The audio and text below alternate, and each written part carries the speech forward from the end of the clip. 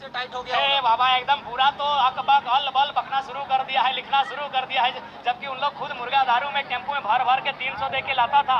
जब लोग फ्री में आने लगे हैं 44 डिग्री के टेम्परेचर में पूरा शाम तक बैठने लगे हैं, भैया पेट में दर्द कि जो लोग गूंगे बहरे बन चुके हैं, जो हमारे हित में बात नहीं कर सकते हैं। 24 में लोकसभा विधानसभा का सपना देखना छोड़े। 24 में जयराम धनबाद लोकसभा से चुनाव लड़ेंगे।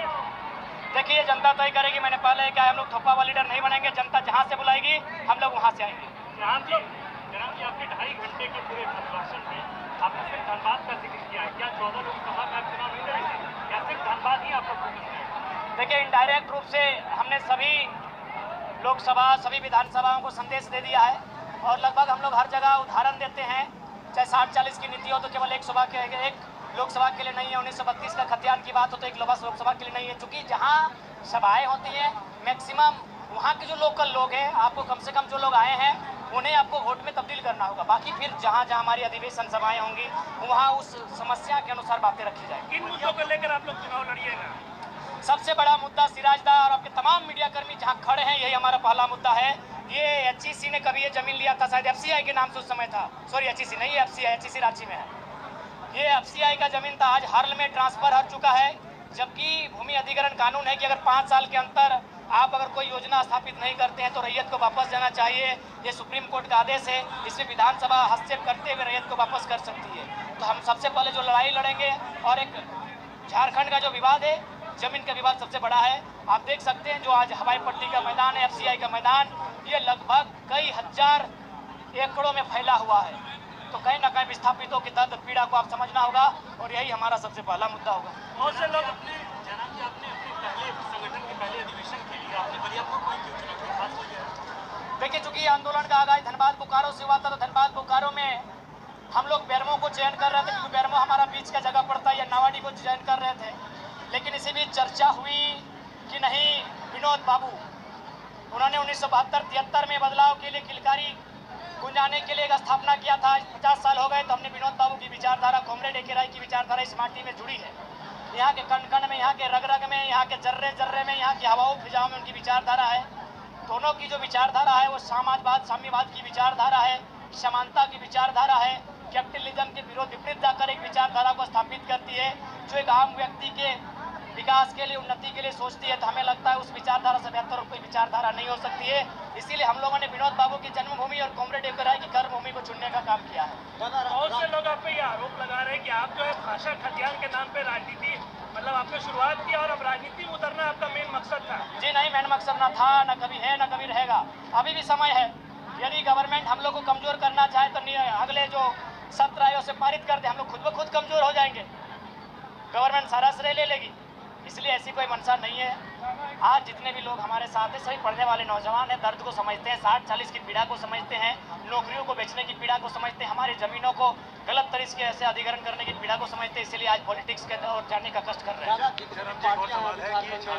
BJP, कांग्रेस, JMM, RJD सभी के पास बहुत ही ज़्यादा पैसा है। पैसों से मतलब वो लोग वोट खरीद के कुछ भी कर सकता है। तो ऐसे में आप कैसे एक्सेप्ट कीजिएगा? देखिए मेरा मानना है कि हम लोग जैसा आज का अधिवेशन हुआ, जब ऐसा अधिवेशन प्रत्येक विधानसभा में होगा तो मुझे लगता है बदलाव की उम्मीद हम लोग देखेंगे। तो अगला अधिवेशन कहाँ हो सकता है दादा? चर्चाएं चल रही है, राजधानी में होगी या तो फिर कोल्हान के क्षेत्र में होगी या फिर पलामू प्रमंडल में होगी। क्योंकि पलामू प्रमंडल भोकाल टीवी का घर है। भोकाल तो खूब मचाते हैं लेकिन पलामू प्रमंडल में हम लोग भोकाल नहीं मचा पाए हैं, इसलिए हम लोग पलामू प्रमंडल की दिशा में बढ़ेंगे।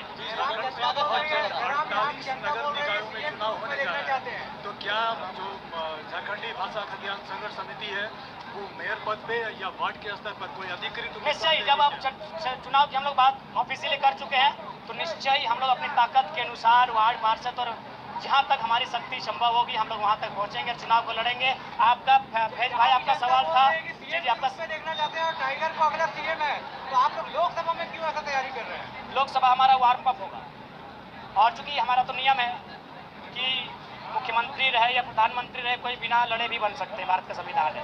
तो लोकसभा हम लोग इसलिए जाएंगे क्योंकि हमारे राज्य में कहीं ना कहीं नुकसान में BJP का भी रोल है। राज्य सरकार नीति को विधानसभा से पारित प्रस्ताव के रूप में करती है, वो राजभवन भेजती है। राजभवन में चूंकि केंद्र के राज्यपाल बैठे हैं, उनके द्वारा कंटिन्यू 2 बार रिजेक्ट होता है, तो उनको भी आभास होना चाहिए कि झारखंडी लोग अपने वोट के प्रति जागरूक हैं। आप कानून और संविधान की बात करते हैं, लेकिन उन्हीं कानून के तहत आप पे कई केस दर्ज है। इसी माटी से कई ऐसे नेता निकले हैं जो विधायक बने और सांसद बने और कुछ दिनों के बाद उनकी सदस्यता चली गई।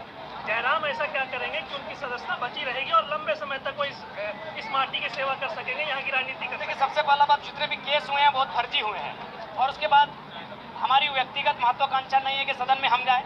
हम लोग एक विचारधारा के रूप में आए हैं। बहुत सारे लड़के तैयार हो रहे हैं, वे लोग हमको रिप्लेस करेंगे और लोग उनको भी सुनेंगे, उनको भी महत्व देंगे। ऐसी बात नहीं, उस पृष्ठभूमि को हम लोग तैयार कर रहे हैं, पृष्ठभूमि को।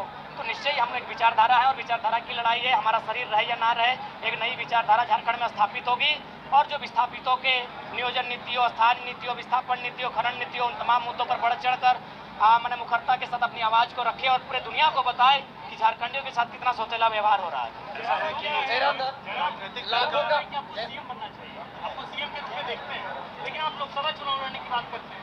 देखिए, आप लोकसभा को छोड़ नहीं सकते हैं, वो हमारा सेमीफाइनल होगा। यदि आप बैकअप के तौर पर विधानसभा रहेगा, यदि मान के चलिए लोकसभा में हमारा एक भी पॉजिटिव रिजल्ट आता है, तो अगर एक लोकसभा में पॉजिटिव रहेगा यानी 6 विधानसभा में हम लोग पॉजिटिव हो जाएंगे। यदि गनीमत है अगर हम लोग 2-3 लोकसभा में पॉजिटिव रहे तो 15 से 18 विधानसभाओं में हम लोग पॉजिटिव रहेंगे। और यकीन मानिए, जहाँ तक दामोदर नदी और स्वर्णरेखा नदी का किनारा फैला है, उन लोकसभाओं में तो हम लोग नदी में गोता लगाते हुए पार पा लेंगे। एक सवाल चुनाव में जेपी के उम्मीदवार को लड़ाई। देखिए, डुमरी उपचुनाव चूंकि मात्र 6 महीना साल भर के लिए है, तो उस पर अभी लोग विशेष फोकस नहीं है। हमारा फोकस 24 पर ही है।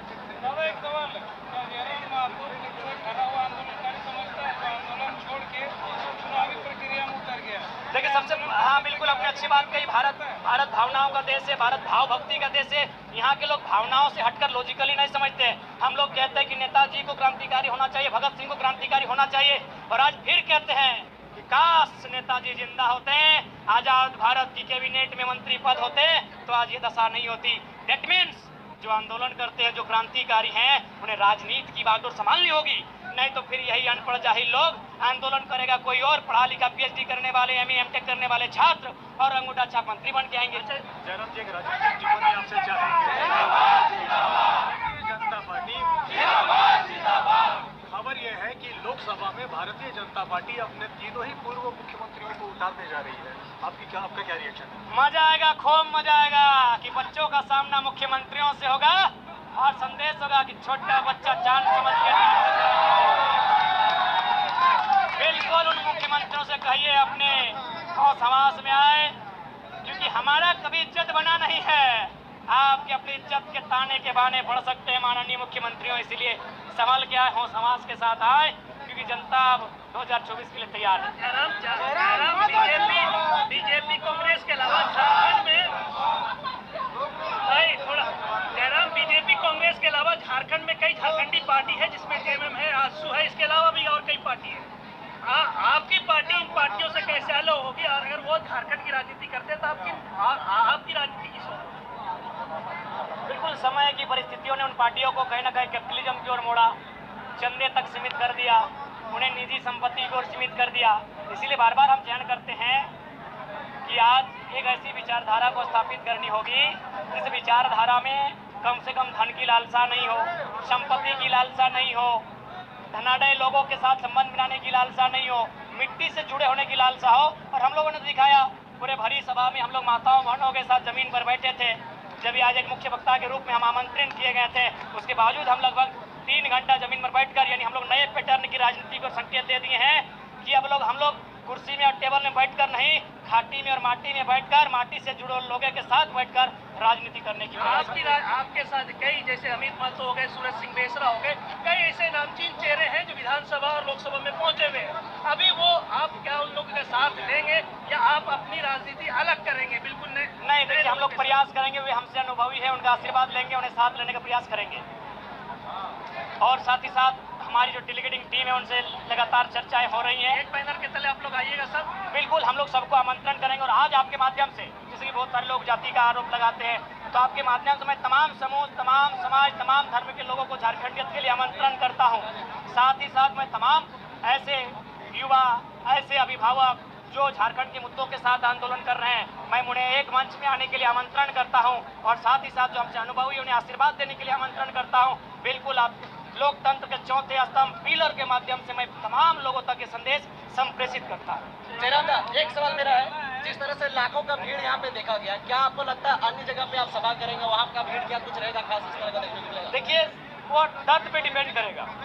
जैसे कि अगर हम संपन्न क्षेत्रों में चले जाएंगे तो थोड़ी भीड़ की संख्या कम होगी। ये विस्थापित क्षेत्र है, हर्ल यहाँ खड़ा है, FCI, बहुत सारी कंपनियां, फैक्ट्री यहाँ खड़ी हैं। विस्थापित के दर्द को लोगों ने देखा है तो संख्या ऑटोमेटिक चला। दूसरी सवाल ये है कि लाखों का भीड़ को देख करके विरोधियों का तो हवा अभी से टाइट हो गया ए होगा। बाबा, एकदम पूरा तो अकबक हल बल बकना शुरू कर दिया है, लिखना शुरू कर दिया है। जबकि उन लोग खुद मुर्गा दारू में टेम्पो में भर भर के 300 दे के लाता था। जब लोग फ्री में आने लगे हैं, 44 डिग्री के टेम्परेचर में पूरा शाम तक बैठने लगे हैं, भैया पेट में दर्द तो होगा, स्वाभाविक है। दादा, एक सवाल और है, अभी हम बाहर में ग्राउंड रिपोर्टिंग कर रहे थे, वहाँ के लोग से जाने की बोले कि 45 डिग्री टेम्परेचर है, उसके बावजूद भी आप लोग खड़े हैं। उन्होंने कहा कि यह जयराम का टेम्परेचर, इस पर क्या बोलिएगा आप? ये उनका प्रेम है, उनका विश्वास है और वचन देते हैं। इस राज्य में जैसा हमें सूचना मिली है, एक मुंडा जी हैं तमाड़ क्षेत्र से, एक आपका गुरदास चटर्जी हैं निरसा